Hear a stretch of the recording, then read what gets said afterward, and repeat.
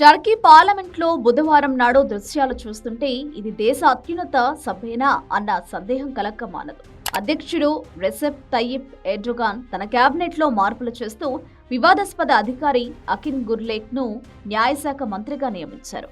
అయితే గుర్లేక్ ప్రమాణ స్వీకారం చేయడానికి పోడియం వద్దకు వస్తున్న సమయంలో ప్రధాన ప్రతిపక్షమైన రిపబ్లికన్ పీపుల్స్ పార్టీ సభ్యులు ఆయనను అడ్డుకునే ప్రయత్నం చేశారు.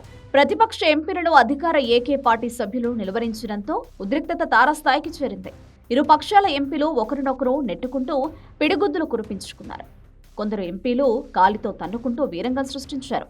గందరగోళం మిన్నంటడంతో స్పీకర్ సభను 15 నిమిషాల పాటు వాయిదా వేయాల్సి వచ్చింది. విరామం అనంతరం భారీ భద్రత మధ్య అధికార పార్టీ ఎంపీల రక్షణ వలయంలో అకిన్ గుర్లేక్ తన ప్రమాణ స్వీకార ప్రక్రియను పూర్తి చేశారు. అసలు అకిన్ గుర్లేక్ అంటే ప్రతిపక్షాలకు ఎందుకింత కోపం? గతంలో ఇస్తాంబుల్ చీఫ్ పబ్లిక్ ప్రాసిక్యూటర్ గా పనిచేసిన గుర్లేక్ ప్రతిపక్ష నేతలే లక్ష్యంగా రాజకీయ ప్రేరేపిత కేసులు పెట్టారని ఆరోపణలున్నాయి. ముఖ్యంగా ఇస్తాంబుల్ మేయర్ ఎక్రెమ్ ఇమామోగ్లుపై ఆయన ఏకంగా 142 నేరాలకు సంబంధించి అభియోగాలు మోపారు.